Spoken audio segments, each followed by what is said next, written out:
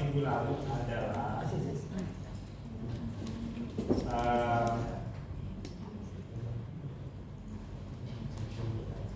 bagaimana kalau jadi begini, waktu kita melakukan analisis regresi dan korelasi, kita menggunakan data rata-rata. Terakhir kita lihat data rata-rata per genotipe ya. Nah, rata-rata dari mana? Rata-rata dari apa? Rata-rata dari 3 ulangan ya. Jadi rata-rata genotipe. Nah, sekarang pertanyaannya, nah Excel juga bisa membantu kita membuat ringkasan data ya. Nah, itu dengan pivot table. Mungkin teman-teman ada yang sudah sering pakai, tapi kalau yang belum, kita coba di sini. Nah, ini caranya di blok semua ya, atau tekan Ctrl A ya, Ctrl A ya, Ctrl-nya ditahan terus A ya. Nah, kemudian klik apa? Insert ya. Insert terus apa? Table. Bukan ya, pivot table. Seperti ini ya. Pivot table ini semacam tabel ringkasan ya. Atau saya belum tahu persisnya ini terjemahannya. Tapi ini untuk membuat tabel ringkasan. Nah, kemudian kan ada window seperti ini nih. Apa range-nya? Ya, ini ya tidak usah diapa-apakan. Klik OK saja. Ya, diapa-apakan juga boleh, tapi harus tahu apa maksudnya. Nah, klik OK.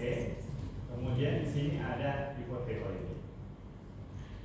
Bagus kan? Ya, belum bagus, nggak ada apa-apanya. Nah, kemudian di sini kita lihat. Nah, ini saya kecilkan dulu supaya kelihatan semuanya ya. Nah, ini kelihatan semuanya. Tapi sayang di sini nggak ada pilihannya. Ini soalnya saya pernah mengganti sesuatu di sini, dan tapi saya tidak bisa mengembalikan lagi. Nah, jadi coba klik ini. Ah ya, itulah ya. Ini tampilan teman-teman kan seperti ini tampilan belakang ya. Ya, di table. Nah, ini mudah sekali. Jadi kita ingin membuat ringkasan misalnya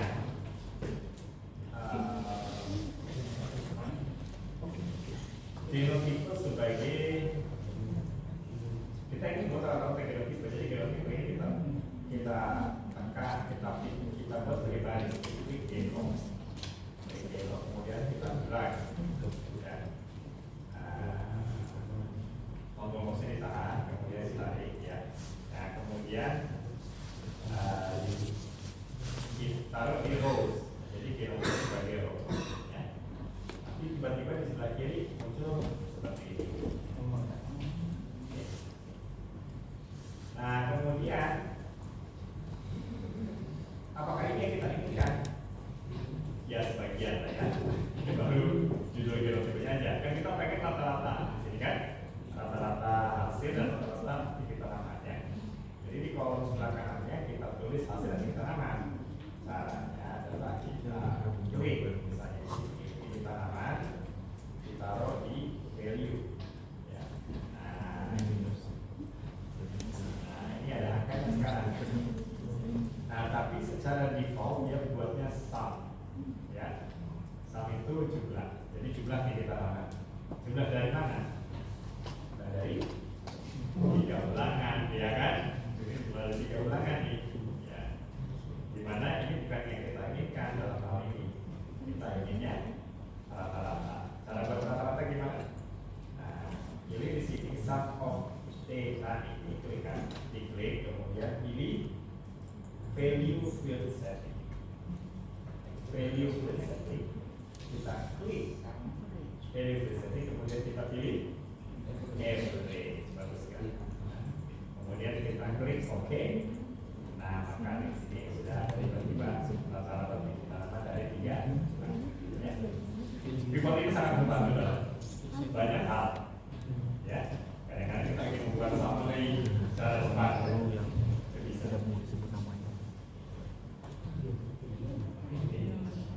Kemudian setelah ini kita lakukan apa lagi?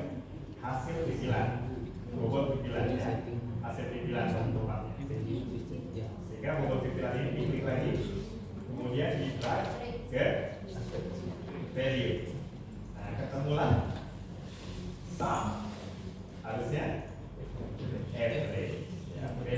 Jadi pilih dan kemudian klik OK.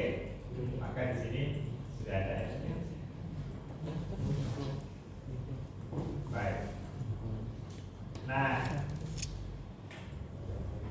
kalau ingin melakukan manipulasi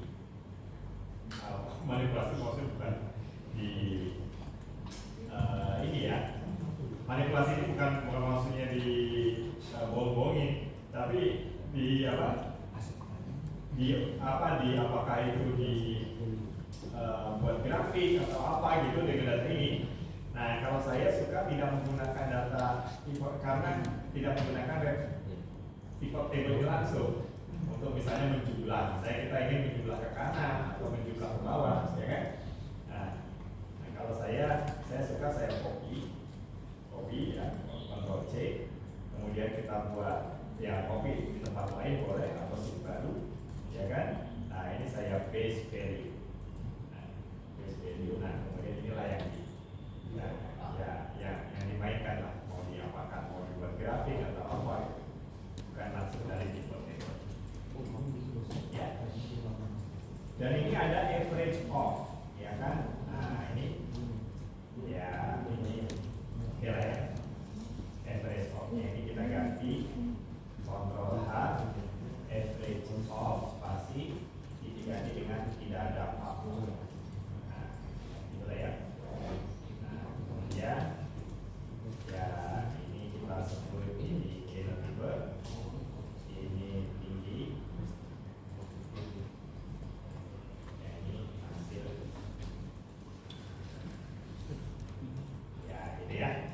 Klik dua kali di sini ya, klik gitu. Nah jadi besar. Nah kemudian setelah itu ini di blok dibuat 2 desimal, pilih number. Saya itulah ya. Terus ya ini lah Amerika. Baik.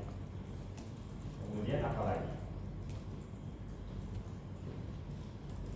Ya sebenarnya kalau ingin melakukan suatu analisis korelasi dan regresi di sini bisa ya. Kalau misalnya untuk mendapatkan koefisien korelasi saja bisa dengan fungsi Pearson. Kalau koefisien korelasi Pearson kan, mungkin juga teman-teman ingin menghitung koefisien korelasi Spearman. Ya kan Spearman itu korelasi ranking. Kalau Pearson ini korelasi dari data aslinya. Jadi pakai fungsi korelasi Pearson ini, koefisien korelasi sederhana sama dengan Pearson dari range yang pertama ya. Kemudian kasih koma, kemudian range yang kedua ya, ubah X dan ubah Y ya, range yang masing-masing pakai fungsi Pearson. Nah ini kalau tertutup ya gitu ya, terusnya ya sudah kan, terus tekan enter, tiba-tiba keluarlah angka 0,985. Ini adalah koefisien korelasi Pearson. Kelemahannya memang dia tidak keluar p-value-nya ya.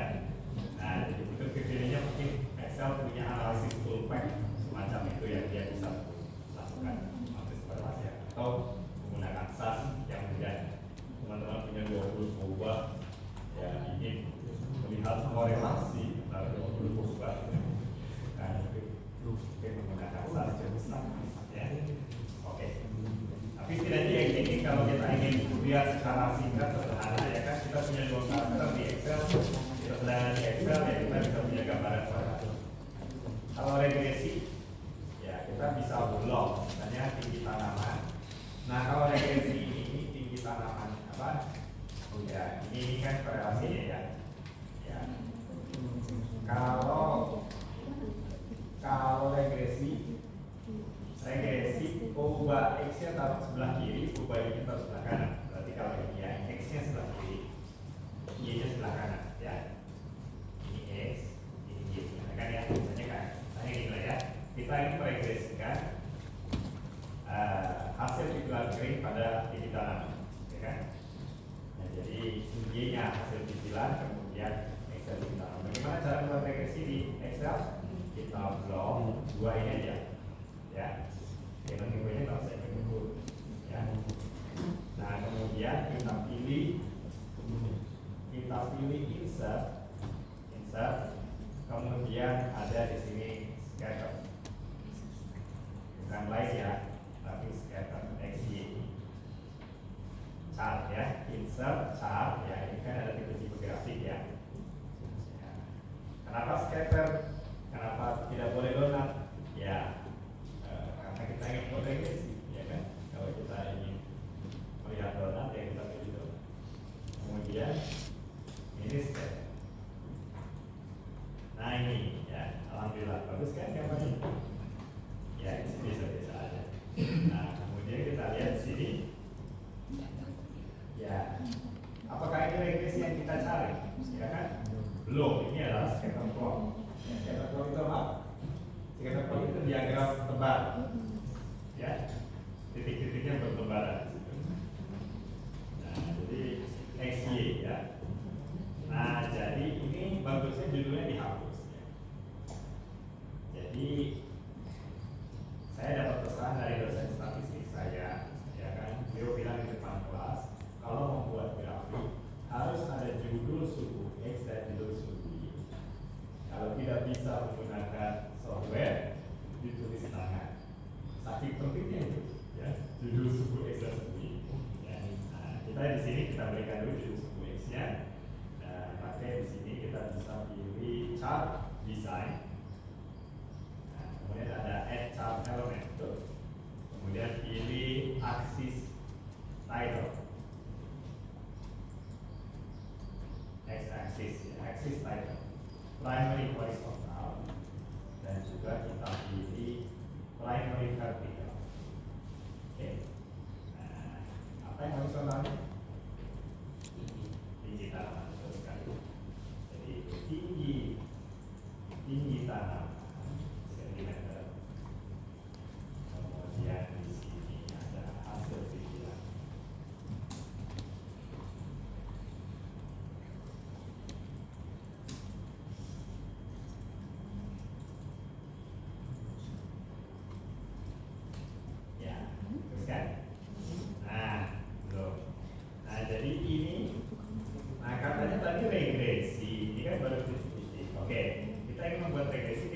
Salah satu titik, ya. Kemudian klik kiri dulu, kemudian klik kanan. Nah di klik kanan ada pilihan add trend line. Kita klik add trend line. Nah kemudian tiba-tiba ada garis. Nah itulah garis regresinya. Nah kita bisa pilih di sebelah kanan ada trend line option. Mau modelnya apa? Apakah eksponensial, linear, logaritmik, polinomial? Misalnya kalau kita sebut mau kuadratik, bisa juga kita pilih. Kalau kuadratik berarti polinomial order 2, itu ya. Nah, atau kalau mau kubik polinomial order 3, ya.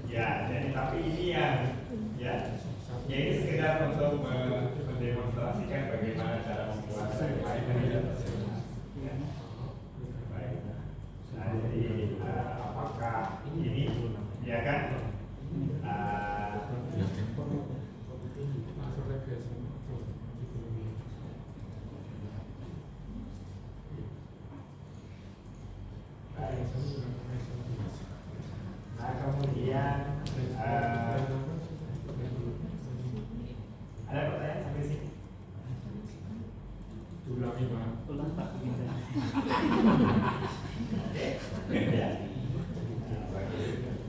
Ya, hapus dulu. Atau ini disimpan buat kenang-kenangan. Disimpan dulu ya. Oke, membuat ini bisa kan? Nah, dari mana? Dari pivot table-nya. Pivot table. Oke. Pivot table bisa? Bisa ya? Jika regresinya, oke. Jadi ceritanya udah dapat ini ya. Ini korelasi saya hapus saja dulu. Tidak usah dihapus, nggak apa-apa. Jangan salah. Jadi untuk regresi blok 2 karakter, coba X nya ditaruh di kiri, coba Y nya taruh di kanan. Alias coba yang mau jadi suku X ditaruh di kiri. Kenapa taruh di kiri? Simpelnya karena X kalau baca gitu, ya kan? Kalau nanti yang mau ditukar ya boleh aja, ya kan? Tapi ya budaya gitu. Biasanya kalau kita mau langsung X Y yang langsung jadi kelihatannya gitu nantinya sesuai dengan apa yang ada di kepala kita. X nya taruh kiri, Y nya taruh kanan. Nah kemudian kita setelah di blok boleh judulnya boleh di blok ya nggak apa-apa. Insert chart ya, ini chartnya ya ada macam-macam chart. Pilih yang ini scatter XY ya, kita klik XY. Kemudian kita pilih scatter ya. Oke. Nah ini hasil pilihan, judul ini dihapus saja ya. Kemudian tadi kita kasih judul suku, jangan lupa add chart element. Kemudian pilih axis title ya, horizontal dan vertikal. Oke. Nah, sudah dikasih ya. Ini cepat saja kita tulis ini tinggi.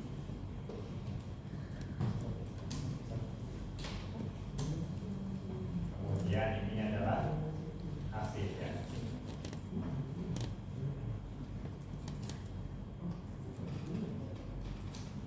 Oke.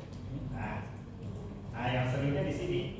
Ini klik kiri, titik-titiknya. Ini mau untuk membuat garis nih. Klik kiri. Kemudian klik kanan. Muncullah pilihan. Pilih trend line ini regresi ya, garis regresi, garis trend ya, mungkin bukan garis regresi ya, garis trend lah ya. Add trend line, bagus. Nah tiba-tiba keluarlah garis ya kan. Nah garis ini garis apa? Nah itu dari sebelah kanan. Dia secara default dia berikan ini garis ini ya, dan ini bisa dimodifikasi mau garis kuadratik bisa ya kan, poligonal order 2 atau apalah ya macam. Nah kemudian yang saya suka biasanya saya display equation A dan display R square. Jadi ini persamaan regresinya ada Y sama dengan ini berarti Y dengan BX plus A. Jadi B nya 0,03, A nya minus 4,4181 terus sama regresinya ya. Kemudian nilai R kuadratnya 0,97 yang artinya 97% keragaman Y bisa dijelaskan oleh X dalam model linear ya, dalam model linear. Kalau dikeluarkan R-nya apa boleh? Harus Y-nya boleh? Kalau dikeluarkan R kuadrat saja boleh? Kalau dikeluarkan R kuadratnya saja Y-nya nggak usah boleh? Boleh ya. Tergantung keperluan kita ya. Jadi kalau kita hanya ingin menampilkan R kuadrat saja boleh Pak ya.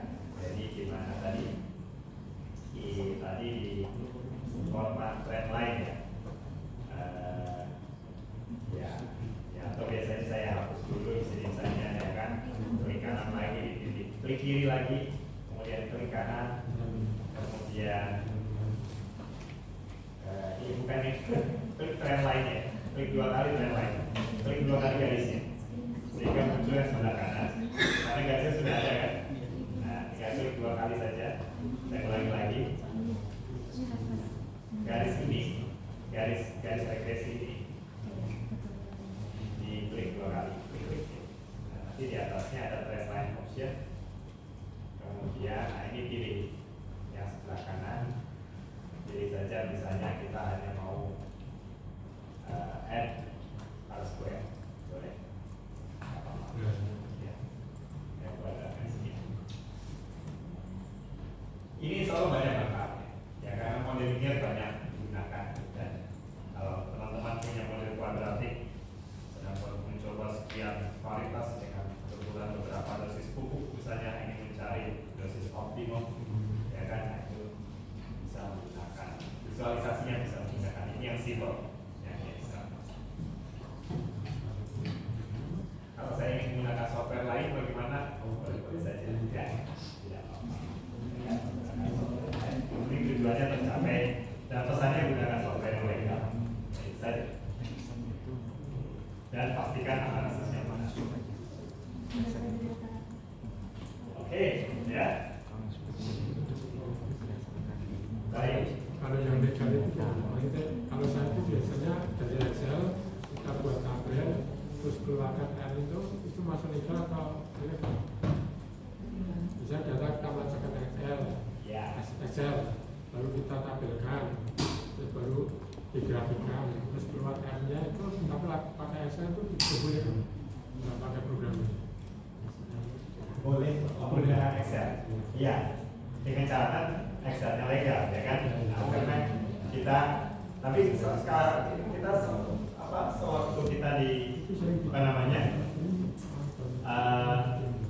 sedang di IPB kan kita dapat Office ini kan? Ya, teman-teman dapat Office 365 kan? Nah, Ya kan, akunnya kan bisa di itu kita ketinggalan info beberapa Pak. Kita tinggal masukin akun yang apps-nya aja ya Pak? Iya, kelihatannya mendaftar Office 365, kemudian di situ ada kan Office 365 itu sebenarnya berbasis web, tapi ada yang di download, ya kan? Kalau SAS kan, SAS folder kan murni web, tidak ada yang di download. Kalau ini ada bagian yang di download, tapi kita harus login, ya kan? Nah, nanti pas login masukkan username dan kalau tidak salah Langsung saja ya? Ya, username dan ini mungkin bisa. Ada yang pakai Office 365? Office 365 ini? Oh iya, yang IPB belum pakai gitu Pak. Saya cuma dapat announce-nya gitu. Itu kita dengan masukkan akun saja tanpa harus melapor, kayaknya bisa ya Pak? Harusnya bisa. Oh baik. Nanti coba ya. Iya baik Pak. Ya.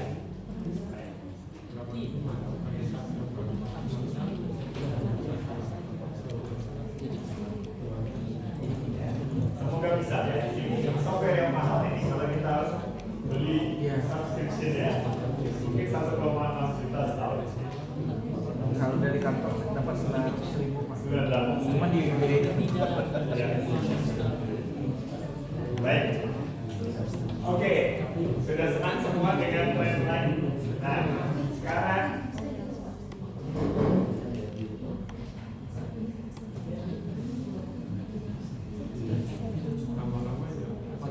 ya baik.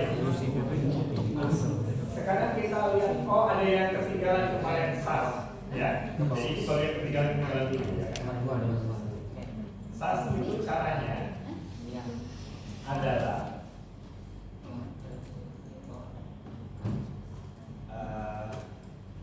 buka SAS Kodaya. Nah, dia berputar-putar kemudian sign in. Harapannya sudah bisa semua, ya. Kalau belum bisa, diusahakan supaya bisa. Ya, harus bisa, ya. Nah, minta tolong temannya yang sudah bisa. Kalau masih tidak bisa, gimana saya? Harus sampai bisa. Harus bisa komputer baru. Gak bisa, ya kan? Yang repot sudah beli komputer baru, dia tidak bisa juga. Ya, itu bisa ya. Oke, baik. Nanti silakan, tapi perlu diusahakan bisa. Ya. Jadi ini akses, kemudian saya. Baik, jadi yang kemarin saya lupa menyampaikan itu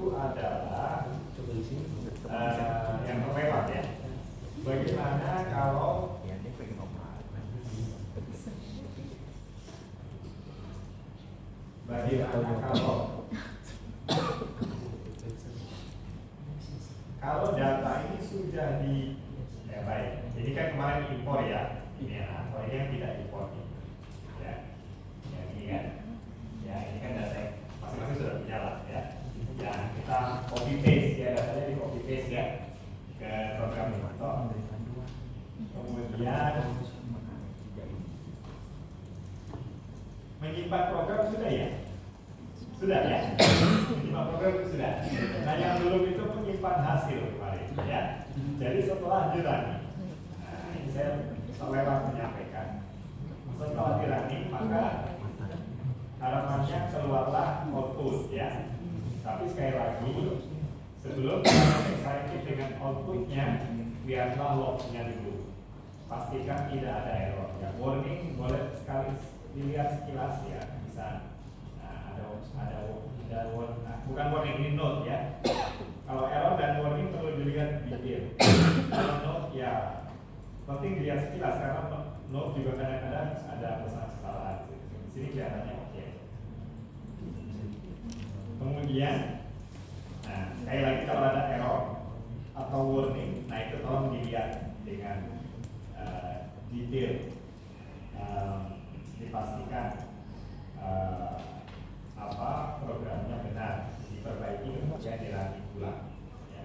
Warning bisa kesalahan, bisa juga tidak. Kalau error ini bagusnya atau perlu kita usahakan bersih, tidak ada error.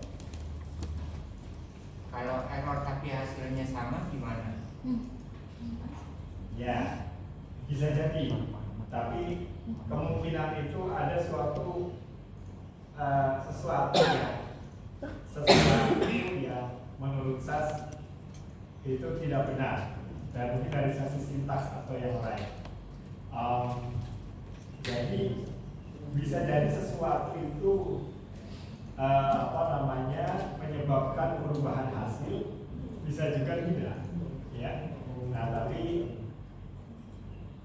secara umum ya perlu diupayakan, jadi dicek errornya itu apa, diusahakan supaya tidak ada error.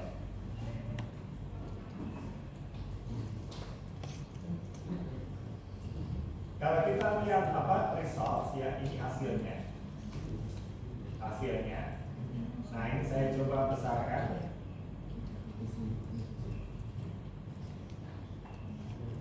Ya ini hasilnya nih, yang kemarin ya kan? Nah ini bisa di save setidaknya di 2 tombol ini, ya kan? Kalau 2 tombol ini belum keluar, berarti setting yang minggu lalu itu belum sempurna semuanya, ya kan? Jadi minggu lalu kita melakukan setting kan? Settingnya ada yang replace tab with space ya, atau kebalikannya ya. Dan satu lagi adalah ini ya supaya tidak terbayang-bayang ini ya. Ada di mana itu? Di ini pengenalan SAS Excel. Ada di halaman berapa? Ada di halaman ini kan, ini modulnya nih ya. Modulnya ini ada di halaman 6.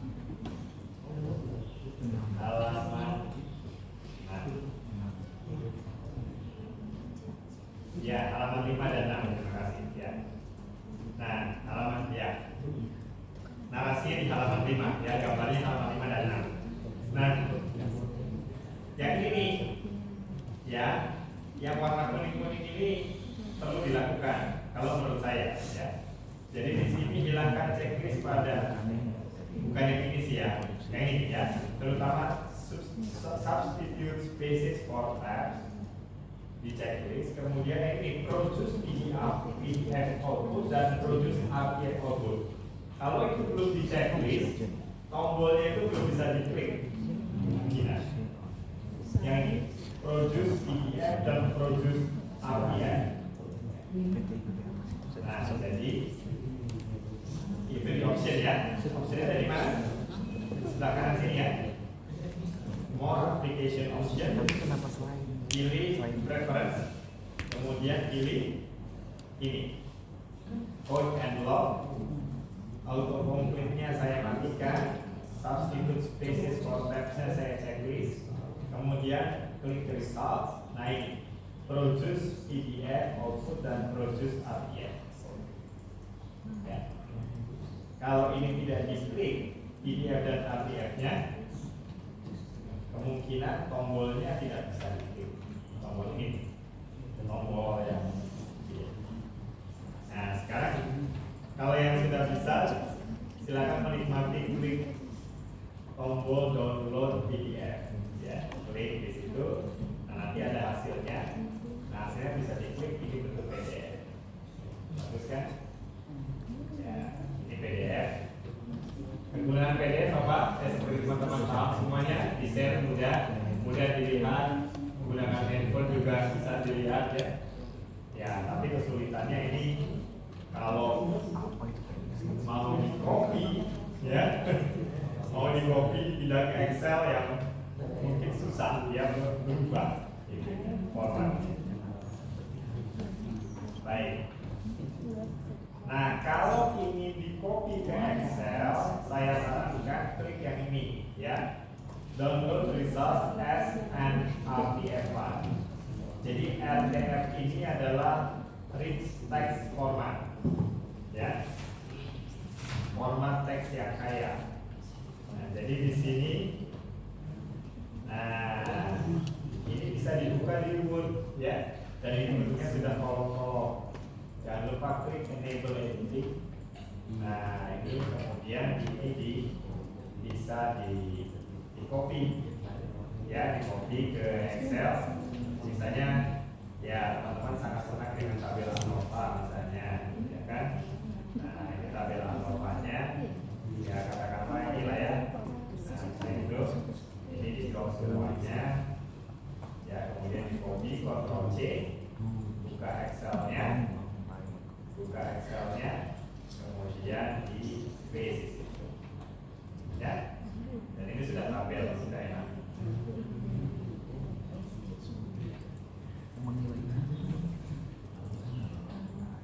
Saya bekerja mengerjakan skripsi saya dengan SAS 6.2 kalau tidak salah.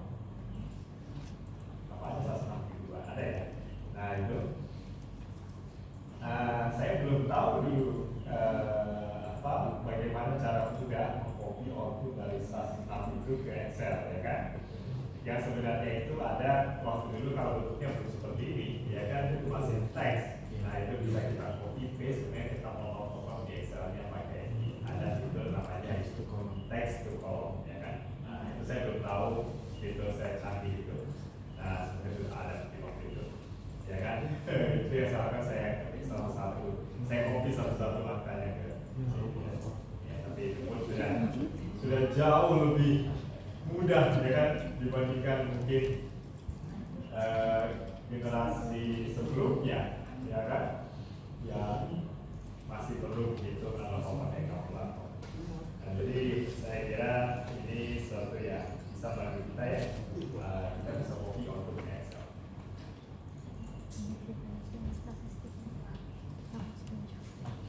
Ada pertanyaan? Sudah senang? Nah, baik, ini sudah ya tentang ANOVA, tentang SAS, kira-kira demikian. Nah sekarang kasus data hilang. Nah sekarang kita ingin simulasikan ini. Ada data hilang, misalnya ya. Contohnya data hilang gimana? Nah data jarum ini kita buat hilang. Ya tapi jangan hilang semuanya, jangan saya analisis. Nah, misalnya data hilang gimana? Ini saya coba dulu magnifier-nya saya matikan dulu ya kalau saya ambilkan bergerak. Ya atau kalau ya nanti kan kelihatannya. Ini saya copy dulu ke sheet baru, ya. Sheet baru. Gimana cara copy? Bisa. Klik kanan, move on copy.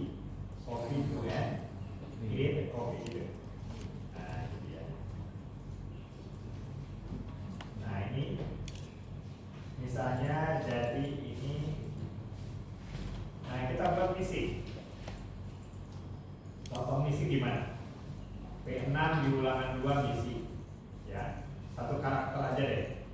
Karakter misalnya hasil lah ya. Tinggi tanaman masih sempat diukur, hasilnya diambil orang. Nah, jadi dia missing, ya. Ulangan 2 missing, MKB ulangan 3 missing, hibridanya ulangan 1, P6 MKB ulangan 1 missing, ya kan? Semar 3 pembandingnya, ya kan?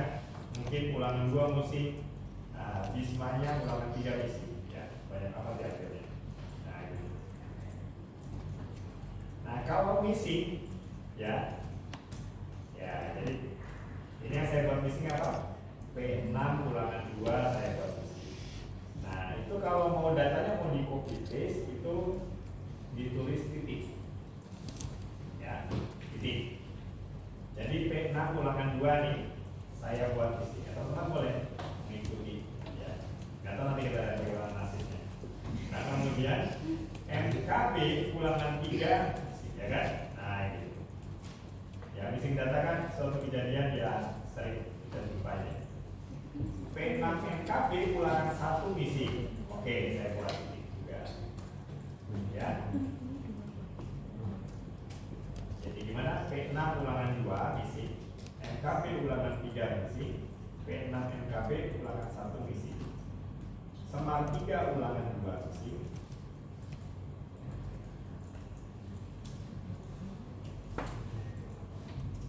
Bisma ulangan 3 missing. Bagaimana kalau missing di ulangan 1, 2, dan 3? Ya, itu mungkin geometri tidak bisa ya. Kecuali kalau sudah penting itu geometrinya pembanding ya. Ya kalau ada percobaan di lokasi lain mungkin itu bisa diprediksi kalau kita menggunakan analisis gabungan dan comparison. Tapi kalau percobaannya di satu lokasi sudah itu missing 3-3 ulangan, ya unit itu tidak bisa melakukan apa lain saya kira, ya. Nah, sudah kita keluarkan saja dari analisis, tidak apa-apa. Sudah ya. Nah ini missing ini kita coba copy ke SAS. SAS ini kita buat code, ya.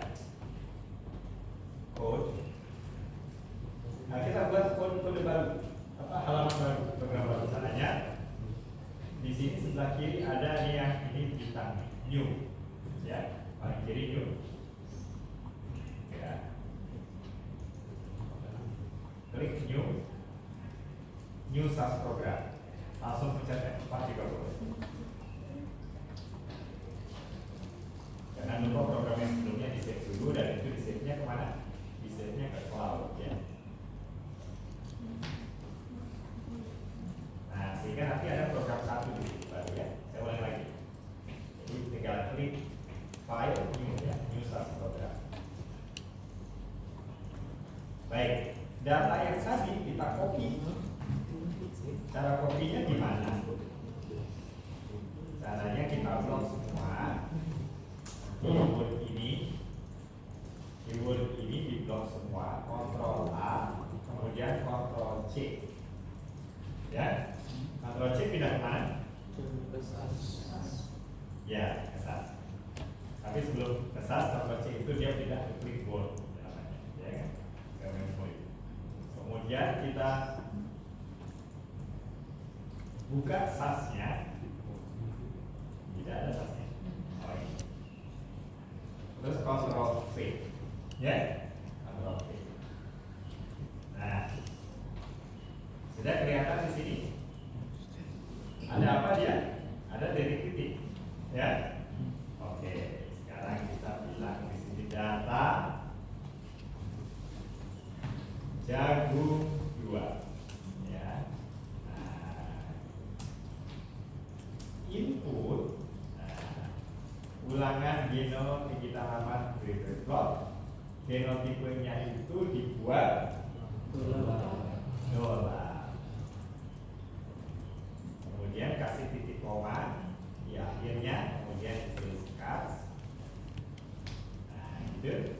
Kemudian setelah itu, nah ini ya, data jagung 2 ikut ulang full genom di tanaman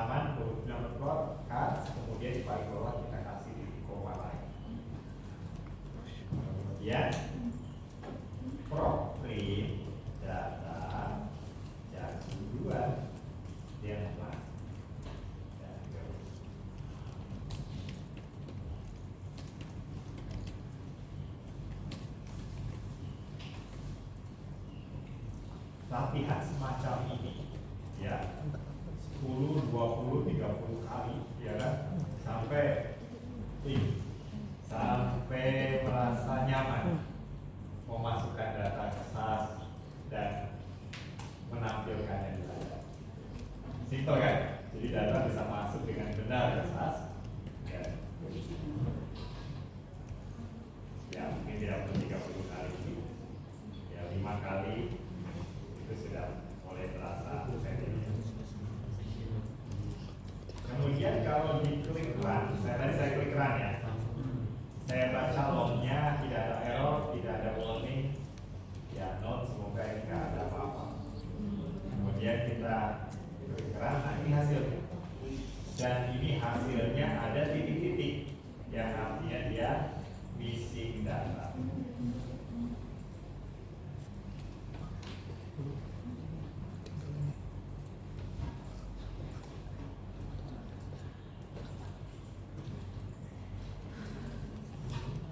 Baik, apa pengaruh missing data ini ke ANOVA? Kita lihat di sini. Kalau kita coba run ANOVA ya, saya coba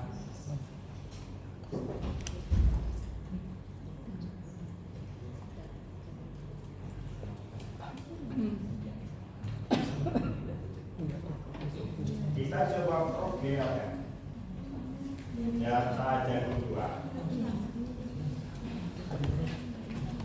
input apa coba kelas, bagus sekali. Kelasnya apa? Ulangan dan geometri, ulangan kulit gitu ya. Kemudian model, bagus. Apa? Ya ini tanaman, tapi jika tanaman kita skip saja. Jadi bobot kecilan overplot ya. DP plot sama dengan ulangan dan geometri. Kemudian udah itu saja ya.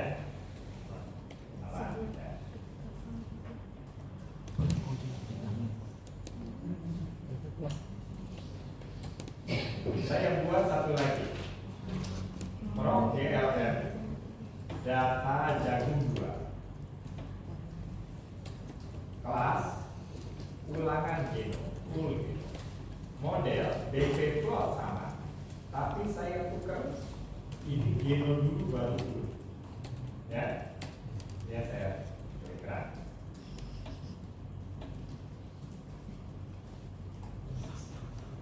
Ya kita lihat dulu, nanti kita kembali lagi kalau ini terlalu cepat ya, tapi tidak apa-apa. Kita lihat saja dulu sama-sama. Nah ini semoga tidak ada error, lognya waktu tidak ada. Oke. Maka di sini kita lihat adalah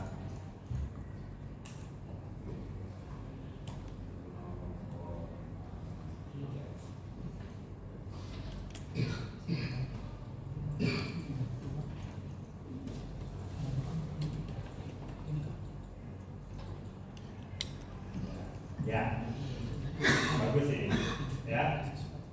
Jadi gini, ya. Kalau ada data hilang seperti di sini, ya.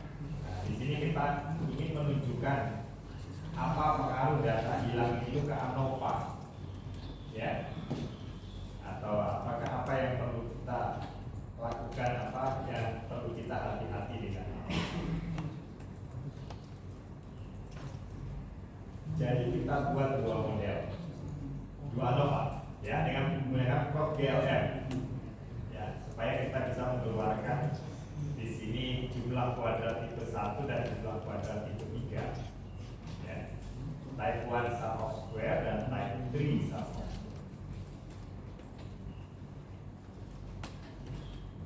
Supaya keluar menggunakan prop apa?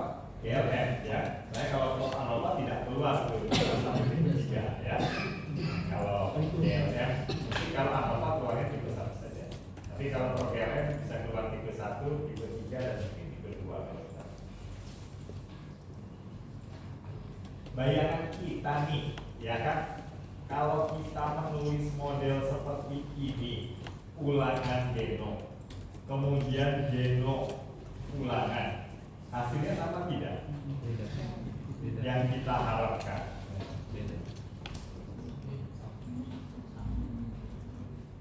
Sama atau beda? Hasil yang kita harapkan sama atau beda? Menulis ulangan dulu baru genotipe atau genotipe baru ulangan?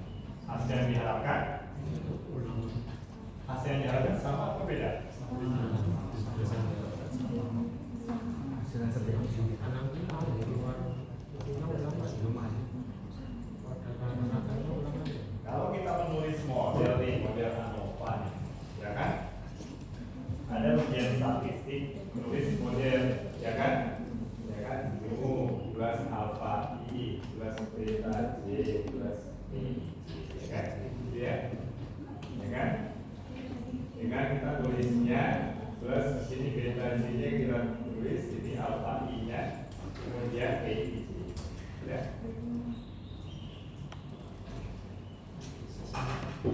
Ini model yang sama atau model yang berbeda?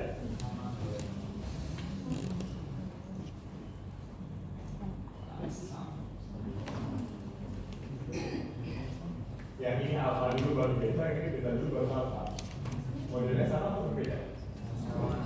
Model yang sama ya kan? Hanya menukar tempat aja. Ya. Jadi simpelnya kita berharap hasilnya sama, ya kan? Ulangan dulu baru genotipe dengan genotipe dulu baru ulangan. Kita harapkan hasilnya sama, ya kan? Ya mungkin ini kita sedang mengantuk menulisnya ulangan dulu baru genotipe, ya kan? Kita sedang menonton ini genotipe dulu baru ulangan, ya kan? Nah itu ya bisa jadi dua-duanya, ya kan? Tapi ya intinya ini model yang sama sebenarnya, ya. Nah, terus gimana nasibnya? Kalau kita lihat results ya di sini, lognya dulu lihat, tidak ada error, tidak ada warning, logsnya semoga tidak apa-apa itu. Jadi kita lihat datanya ini dari Cochrane ya. Nah kita lihat ini ANOVA yang pertama yang ulangan masuk dulu baru genotipe. Kita lihat di sini ada tipe 1 sum of square, ada tipe 3 sum of square. Ya, tipe 1 dan tipe 3 ini gimana ini hasilnya? Beda sama? Beda. Beda ya. Beda. Hasilnya beda. Kenapa beda? Ya kan? Ya. Di sini bedanya itu, ya kan?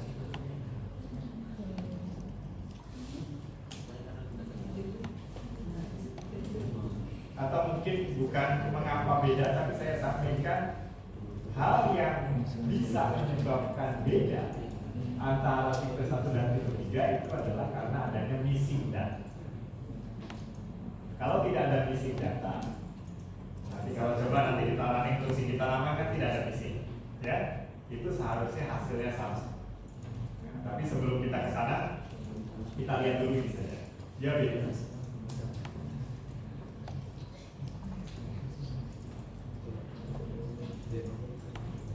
Dan kita lihat untuk tipe 1, ya, ini model yang pertama ini adalah ulangan masuk duluan baru genotipe, ya. Nah kemudian kita lihat yang bawahnya, ini genotipe dulu baru ulangan, ya. Beda tidak antara ANOVA yang pertama dengan ANOVA yang kedua untuk tipe 1-nya? Tipe 1 dulu kita lihat ya. Beda ya. Kalau yang pertama genotipenya kan 4,42. Ya, kita tulis ini. Ya, untuk ANOVA yang pertama. Ya. Jadi ini G sama dengan genom. Ya, full dulu ya. Bulan dulu ya. Ya. Ulangannya itu berapa? Kita tulis saja. 0,63 ya, ini tipe ya, tipe 1 SS 0,63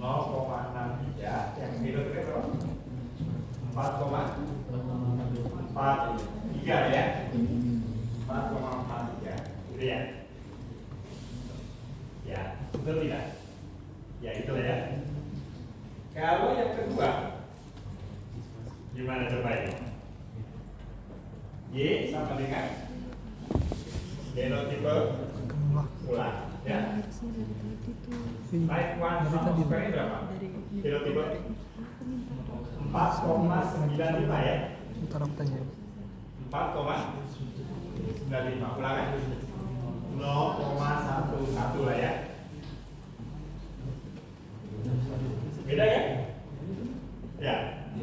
Yang ini genotipe masuk belakangan, yang ini genotipe masuk duluan.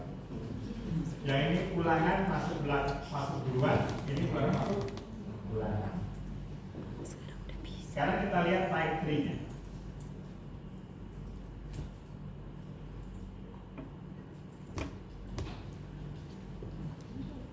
Type 3-nya, kalau yang atas itu, ya kita tulis 0, ulangan 0,11, genotipenya 4,43 ya, 4,43. Kemudian yang kedua,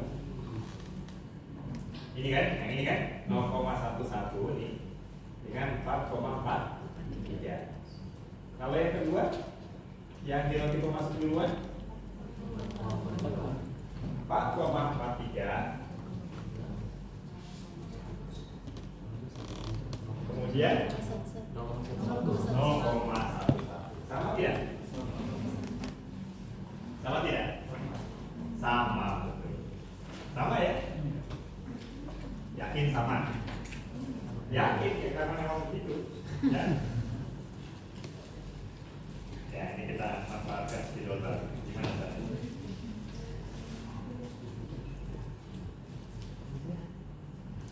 Baik. Nah, ini. Ya, jadi kita lihat gimana?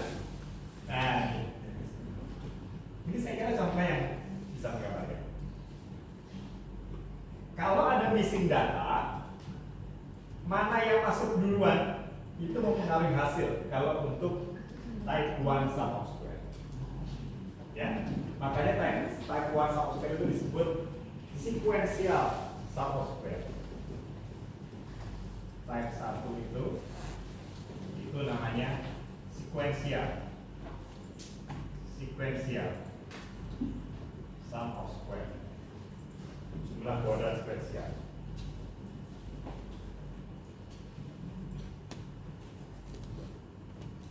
Nah,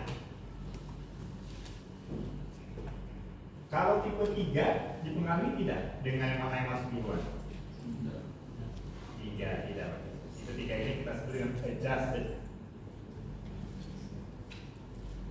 sum of square, jumlah kuadrat tersesuaikan. Jadi kalau tipe 1, mana yang masuk duluan itu beda. Ya. Kalau tipe 3 itu tidak dipengaruhi oleh urutan, ya. Mana yang masuk duluan dan mana yang masuk belakangan, itu hasilnya sama, betul? Ya kan? Ini kan contohnya kalau ulangan masuk duluan, genotipe belakangan, ulangannya 0,11, genotipe 4,43 ini. Kalau genotipe masuk duluan, baru ulangan, genotipenya 4,43, ulangannya sama kan dengan yang sebelumnya. Ulangannya 0,11 sama dengan yang ini, gitu ya. Jadi kalau tipe 3 tidak dipengaruhi urutan. Nah, yang disarankan kalau ada data hilang, ya kita menggunakan yang tipe 3 ini. Tipe 1 itu nilainya benar untuk yang masuk paling belakangan. Ya, jadi genotipe masuk belakangan, nah ini benar, ya kan?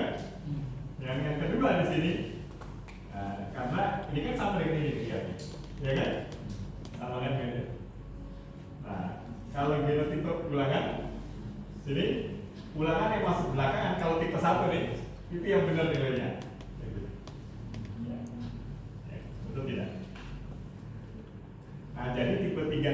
seperti running seolah-olah ya. Running 2 kali ANOVA tipe 1, dia ambil yang paling belakangan, kemudian dia taruh di sini. Ya, itu yang bayangan kita yang sederhana.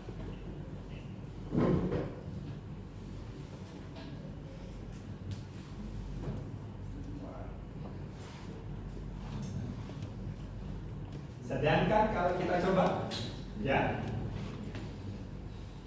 tentu nilai p-value dengan nilai f-nya kan itu bisa beda, ya kan? Karena nilai jumlah kuadratnya beda. Jadi, misalkan ambil yang tipe 3. Nah, kemudian kita coba uji lanjut. Nah, ada pengaruhnya tidak pada uji lanjut?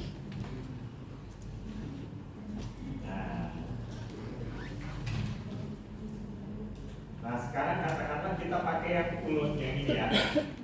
Yang pertama saja. Ya, yang kedua kita matikan lah ya. Ini saya matikan untuk masalah ya. Saya kasih komen sih. Jadi yang kedua nggak jalan. Ya, yang pertama aja yang jalan. Full geno kan. Udah tahu kan dari pakai tipe 3 kan? Ya. Kemudian kita pakai means. Means geno per kira-kira ada berapa? 6 ya? Kira-kira ada berapa?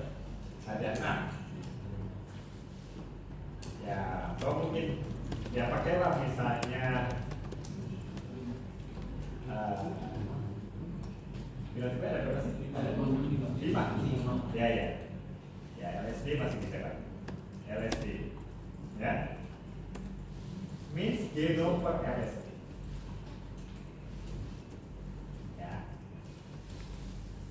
Means geno per LSD. Nah, kayak gitu ya. Kemudian kita mengharapkan apa nih? Ada nilai tekanan, ada huruf-huruf, ya. Huruf-huruf kesukaan kita ya. Sudah viral huruf-huruf itu. Nah, kemudian jadi pakai tipe 3 dan ini ada nilai LSD-nya. Nah, ya, nah ini LSD-nya 0,95 itu nilai kritikal. Dan hasilnya kok seperti ini. Sedangkan paper kita mengharapkan huruf-huruf. Nah, ya kan? Nah, gitu. Untuk memenuhi kebutuhan huruf-huruf, maka perlu kita modifikasi listingnya. Jadi pakai line stable. Ya, ini tidak perlu nih kalau bisa versi dulu, ya kan line stable. Tapi kondisi ini perlu, ya kan untuk tadi pakai line stable supaya keluar huruf-huruf. Ya. Nah ini kan, nah ini keluar huruf-huruf. Senang kan? Apa sih? Apa tadi? Hashtag. Apa tadi? Nah, sekarang apakah ini benar? Wes, ya kan? Kita coba dulu.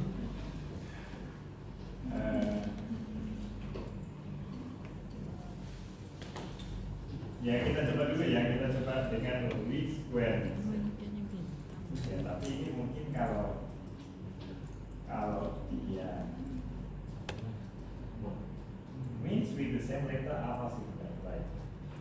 Nah selain ini kita ingin mencoba mengkalkulasi di sini. Jadi sebenarnya kalau ada data hilang, ya itu tidak disarankan menggunakan means ini, ya kan? Jadi means ini kalau datanya itu seimbang, perfect lah, gitu ya, tidak ada data hilang. Ya percobaannya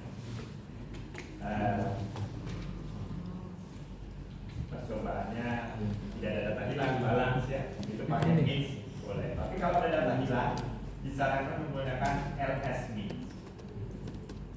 Ls means gitu, ya, per Peggy ya. Terus line stable.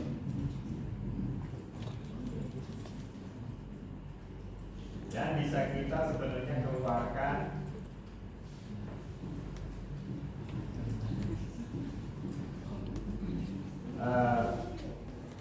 standar error. Ya, standar error. PDIF ini adalah pairwise difference. Karena kita ingin membandingkan semuanya ya, semua pasangan perlakuan. Kita ingin membandingkan semua ya antar.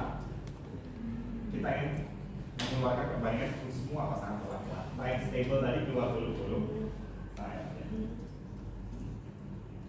Coba kita coba dulu ya. Nanti kita lihat lagi listingnya kalau. Kita lihat dulu. Lognya tidak ada error. Kemudian kita bawa. Nah, ini dia. Nah, ini LS min. Ya. Nah, ini masih min nih. Ya, ini masih min yang tadi kan. Di bawahnya LS min. Least square min. Least square min. Nah, ini dia. Apa namanya? Ini adalah nilai masing-masing.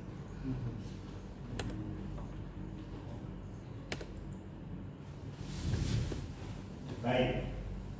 Nah, jadi nilai LS range ini dia tidak persis sama. Ya.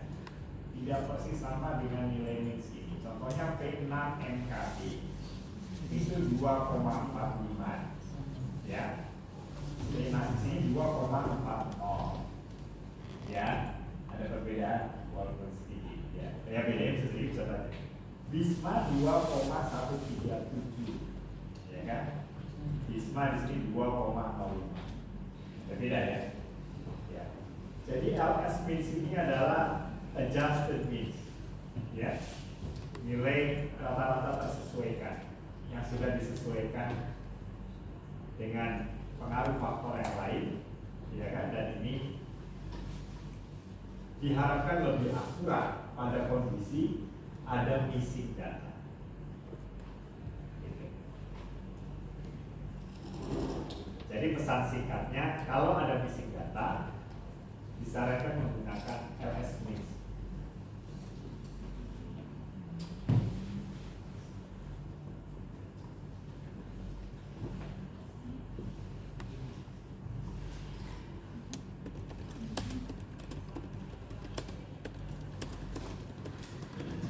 Nah, ini yang menarik ya, yang tadi sebenarnya saya ingin demonstrasikan standar error ini. Standar error ini kan ya semacam selang kepercayaan 67% lah terhadap min, ya kan? Jadi kalau kita menulis misalnya di paper rata-rata plus minus standar error, atau kalau teman-teman membuat bahasa yang dikasih error bar, ya kan? Nah, ini kan plus minus standar error. Nah, ini standar errornya ini mirip-mirip, ya kan? Sama, tapi ada yang beda nih. P6 NKB, ya. Nah itu ada beda sedikit, ya. Coba kita lihat. Tadi data Excel yang kita lihat.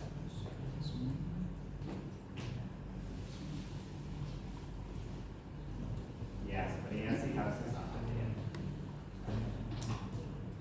Ini masih mirip-mirip standar errornya karena missing datanya itu masih polanya di sini bukan missing datanya. Jadi sampel size-nya, ukuran contohnya itu kurang lebih sama atau memang sama di sini. Kan masing-masing perlakuan missingnya di satu ulangan, ya kan? Memang ulangan beda-beda, misalnya P6 ulangan 2 di sini. Jadi P6 punya 2 data, NKB punya 2 data, ya kan? P6 NKB punya 2 data, Smart 3 punya 2 data, Bisma punya 2 data. Memang missingnya di beda-beda tempatnya, betul tidak? Ya. Nah, tapi yang standar errornya mirip-mirip semuanya karena masing-masing punya dua data, ya kan? Nah, coba kalau kita coba sekedar mencoba simulasi seperti ini di code-nya, ya, Bisma-nya saya buat ulangan 2 dan ulangan 3-nya missing. Saya buat titik aja langsung 2,2 di sini. Ya, terus kita running ulang. Jadi Bisma yang ada cuma ulangan 1 aja, ulangan 2 dan 3 missing. Nah, maka bisa kita lihat di sini, ya kan? Nah ini seperti ini, ya. Standar error Bisma ini lebih besar dibandingkan yang lain, ya kan? Jadi kalau teman-teman buat grafik, ya, buat grafik ini, ya, genotipe dengan standar ini bisa, ini beda, ya kan? Jadi Bisma tadi dibuat missing ya, ulangan 2 dan ulangan 3 ya. Nah, seperti itu.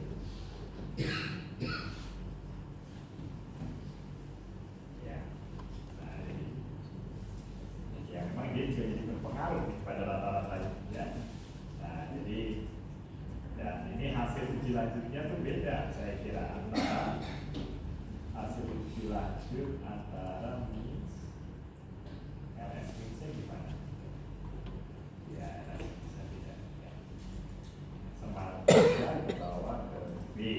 Kalau di sana hanya Bisma yang dibawa ke B ya. Ya, oke. Jadi disarankan menggunakan LS mix ya kalau ada data hilang. Nah, ini kalau kita copy ke Word ya. Bukan ke Excel ya. Copy ke Excel. Gimana kopinya? Nah ini bisa kita buat grafik. Ada yang suka buat grafik? Nah bisa ini. Ya insert bar chart. Bukan histogram ya, salah ya. Salah saya. Bar chart itu beda dengan histogram ya. Insert ini yang paling atas ini. Kolom atau bar chart 2 dimensi aja. Nah ini bagus kan? Nah seperti ini. Ya. Nah ini bisa dibuat standar error. Jadi cara klik kanan, pilih apa ya? Ini bukan ya ini. Pilih yang ini, pengennya di sini. Karena ini udah buat seperti ini ya.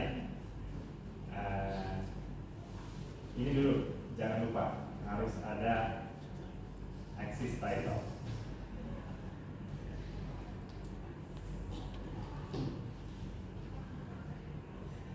Ini apa? Genotipe ya? Betul tidak? Yang ini apa? Hasil iklan ya. Nah, ya, gitu ya. Bagus tidak? Belum bagus. Nah, yang bagus dikasih standar, dikasih error bar. Caranya add chart element, pilih error bar. Error barnya pilih more error bar option. More error bar option. Nah, tiba-tiba keluar batang-batang ini. Tapi ini bukan yang kita inginkan. Nah, gimana? Nah ini error bar option. Ini ya, yang paling kanan ya. Error bar option. Pilih. Nah ini custom. Error amount-nya yang kanan ini. Error amount-nya dipilih custom. Tadi gimana sih bisa gitu? Ya klik dulu tempat lain, kita ulangi. Terus error bar-nya ini kita klik. Kemudian kita lihat sebelah kanan, pilih yang ini nih, error bar option nih, yang ini. Kemudian kita pilih ada custom. Nah customnya specify value. Nah ini baru di blok. Positif error value-nya ini. Benar nggak sih? Gitu ya.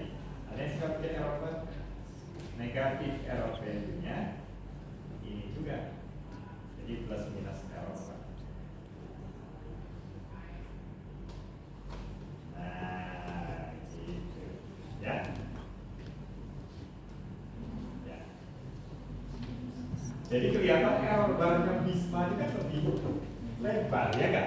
Hah? Ya sih, ya nggak sih? Harusnya iya, karena ini kan dia mengambil dari sini. Ya. Jadi ini plus minus standar error yang dari output status. Ya, kita ulangi lagi. Error barnya sudah bisa muncul kan? Terus klik 2 kali, maka di sini ada error bar option. Error bar optionnya pilih yang paling bawah custom. Klik specify value. Kita blok output SAS-nya. Positif error value-nya. Ya ini sama aja, positif error value-nya kita blok ini. Ya kan, untuk semua genotype tadi. Untuk 5 genotype. Negatif error value-nya apa? Negatif error value-nya ya sama juga ini. Hanya dibuat, nanti dia akan buat ke bawah.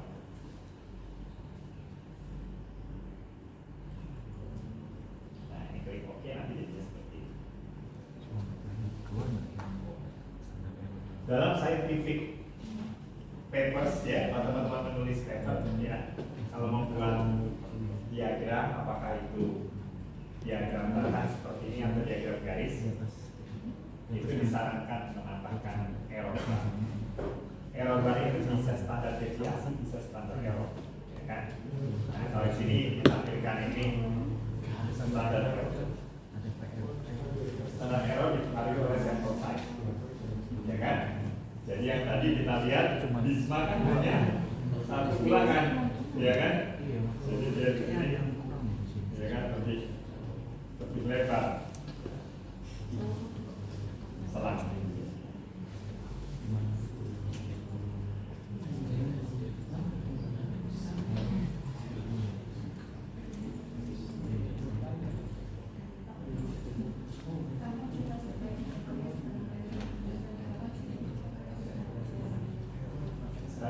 Kapan kita pakai standar error, kapan kita pakai standar deviasi. Jadi standar error ini adalah sebenarnya standar deviasi dari rata-rata, ya kan? Atau istilah formalnya standar error sebenarnya, standar error of the mean kalau di sini. Ya. Jadi gini, standar error ini kaitannya dengan kita menduga rata-rata, kita ini menduga rata-rata populasi. Ya, kan gitu. Nilai duga kita 1,92 rata-rata populasi. Kan pendugaan ini kan bisa keliru. Ya. Kalau kita melakukan percobaan lagi di setting yang sama persis, ya kan? Kita bisa tidak ketemu 1,92, mungkin ketemu 2,1 atau 1,6, ya kan? Nah, gitu. Itu nilai rata-ratanya, ya nilai rata-rata Bisma, ya kan? Nah, jadi definisi formalnya, jadi kalau misalnya, ya mungkin kita bayangkan dulu seperti selang kepercayaan, ya 95%, bukan salah ya, selang kepercayaan 50%. Apa artinya? Artinya jadi setiap kali kita melakukan percobaan, ya kan kita membuat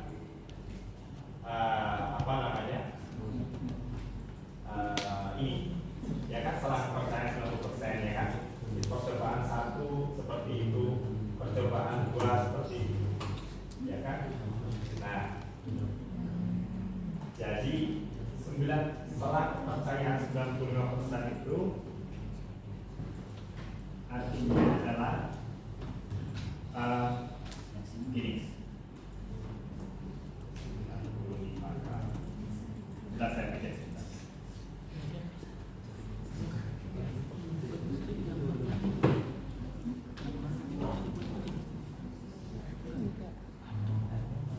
Cepat banget.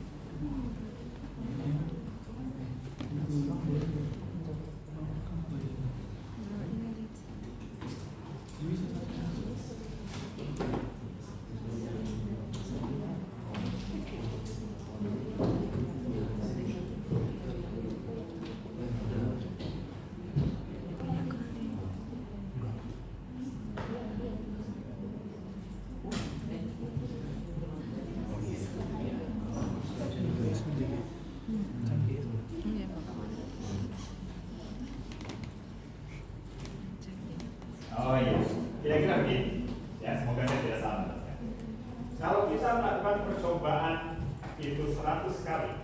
3, ya kan? Nah, kita buat selang seperti ini, ya kan? Nah, sampai 100, ya kan? Mungkin selang percobaan 100 selangnya seperti ini, ya. 95 dari 100 selang yang kita buat itu mengandung mu di dalamnya, ya kan? Ini mu-nya di sini, ya kan? Mengandung nilai tengah populasi. Kan kita ingin menduga mu nih, ya kan? Tapi kita hanya punya satu percobaan, ya, yang di situ kita buat selang kepercayaan, ya kan? Nah, jadi seberapa percaya kita bahwa mu itu ada pada selang? Nah itu kira-kira seperti ini gambarannya.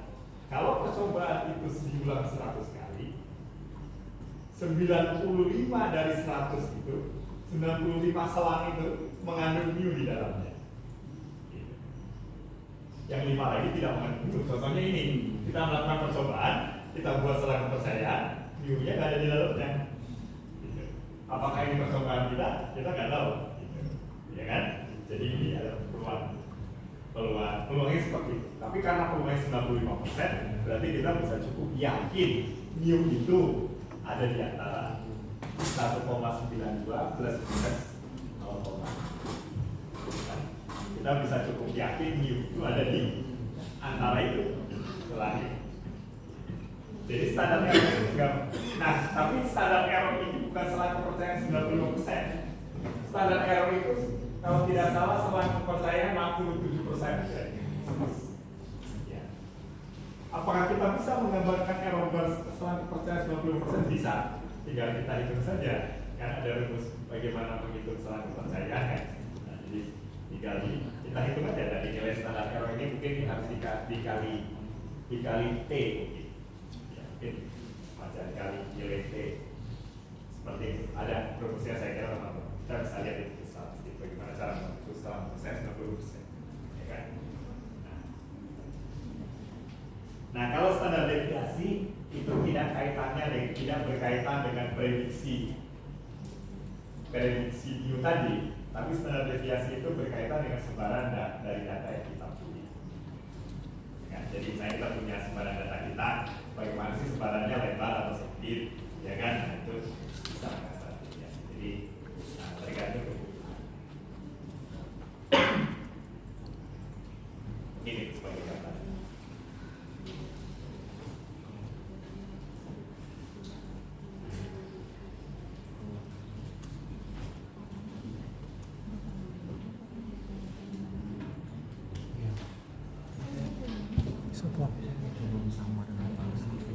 Oke, ya. Bagaimana caranya kita bisa praktik sampai setelah kemudian bisa praktik sampai maghrib. Ya, saya kira memang ingin sepertinya. Kemudian, baik, kita karena waktunya sudah singkat. Ini ya tentang ini ya. Tapi katanya ingin membuktikan dulu, katanya tipe 1 dan tipe 3 apakah sama kalau dan tidak ada data hilang. Kita buktikan untuk tinggi tanaman secara singkat ya. Tinggi tanaman kita kan tidak ada tinggi data, ya. Coba kita buat profilnya di bawah, ya kan? Itu generasi berapa ya? Ya. Ya, atau kita lihat lain, ya. Kita ganti beberapa kelompok jadi tinggi tanaman, kayak gitu aja. Ya, kita keluarkan mix dan LS mix juga, ya. Nah, kita running. Nah, jadi di sini hasilnya bagaimana? Lognya dulu lihat, tidak ada. Ya. Nah, jadi di sini kita lihat yang pertama hasilnya dulu ANOVA-nya. Nah ini tipe 1 dan tipe 3 sama persis hasilnya. Jadi mau ambil yang mana juga boleh, ya. Karena apa yang internet.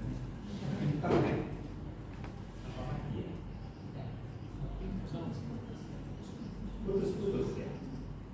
Apa itu artinya waktunya kita perlu segera selesai? Oh, connect back. Oke ya. Ya ini sama persis kan? Tipe 1 14,9, tipe 3 14,9 ya. Untuk ulangan. Mungkin nanti aku bilang 7037 ini 7037 sama. Karena tidak ada data hilang. Sama means dengan LS means juga sama. Contohnya P6 MKB 229 cm rata-ratanya. Ya. Nah, kalau ini means, kalau LS means harusnya sama persis ini. Ya ini 229 cm. Ya. Standar errornya perfect, sama semuanya. Gak ada bedanya ya, karena masing-masing jumlah ulangannya sama. Jadi kalau kita bayangkan kalau kita membawa penggambar error dari standar error, berarti dia sama semua ini lebar garis. Oke, itu ya. Baik. Ada pertanyaan sampai di sini? Coba ya.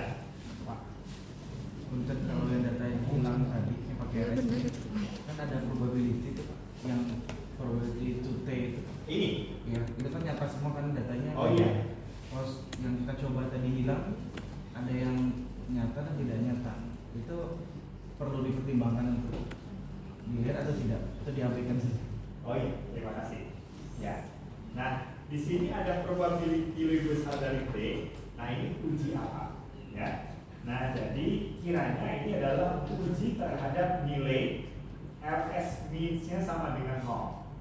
Nah, gitu ya. Jadi kalau dia seperti ini sangat nyata, artinya nilai LS means ini, LS means-nya Bisma ini kan untuk Bisma ini P-nya kurang dari 0,01 kan atau sangat nyata. Artinya LS means-nya Bisma ini berbeda nyata dengan 0. Apa maksudnya beda nyata dengan 0? Berbeda sangat nyata dengan 0. Ya jauh dari nilai 0. Ya, jauh dari nilai 0. Jadi ini dalam konteks ini mungkin kurang berarti kiranya. Uji ini jarang kita gunakan. Biasanya mungkin kalau ini adalah nilai-nilai daya gabung, nah itu biasanya kita uji terhadap nilai 0 untuk mengetahui daya gabung itu dia meaningful atau tidak. Ya. Nah, jadi betul tadi mungkin dalam satu kasus ada yang dalam hal tadi, dalam hal kita coba lagi ya, bobot pipilan per plot ya, bobot pipilan per plot. Kalau kita lihat lagi sekilas tadi, nah mungkin ada yang tidak nyata. Kita lihat di mana BP plot ya.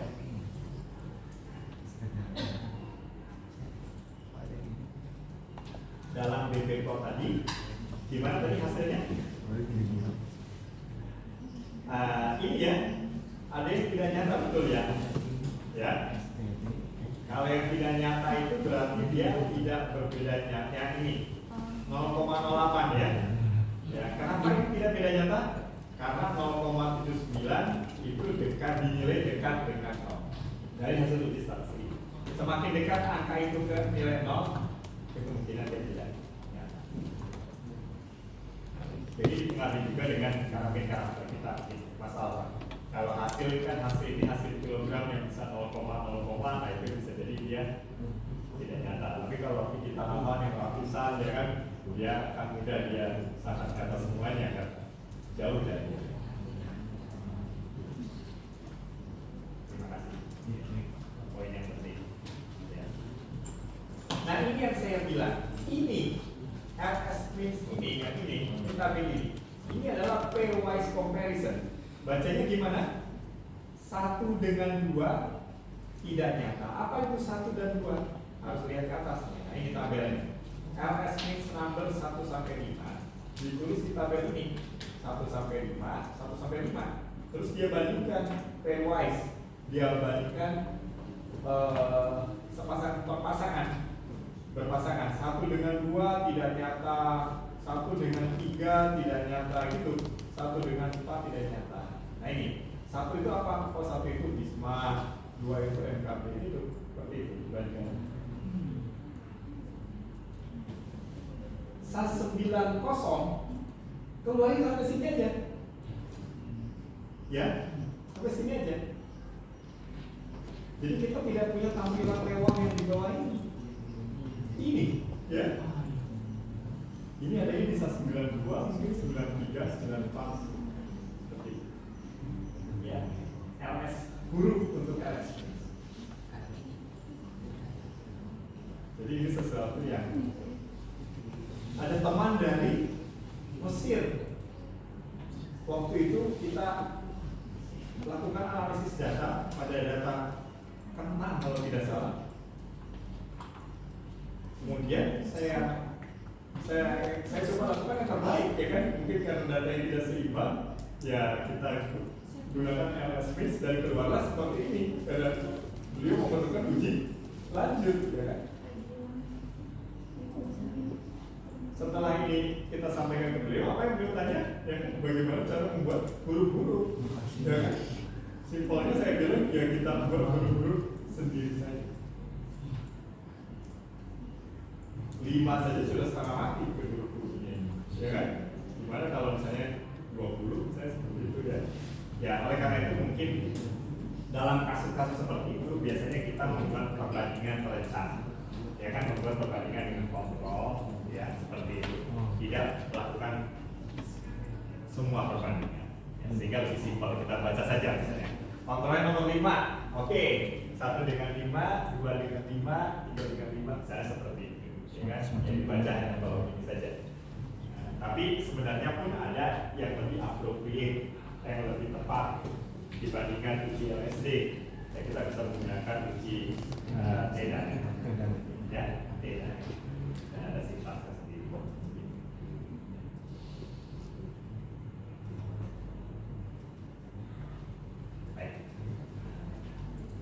Baik, kita punya waktu sedikit untuk up. Waktu cuma satu dan kemuliaan anak kita ya kan tiap hari. Nah, ini, iya kan? Oh, ya. Tapi mungkin ada teman-teman yang baru masuk semester ini.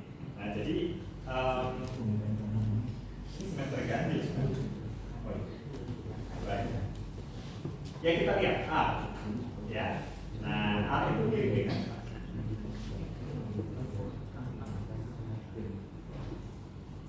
pengenalan A. Apakah ada modulnya? Ada ya modulnya ya, bagian bawah ya.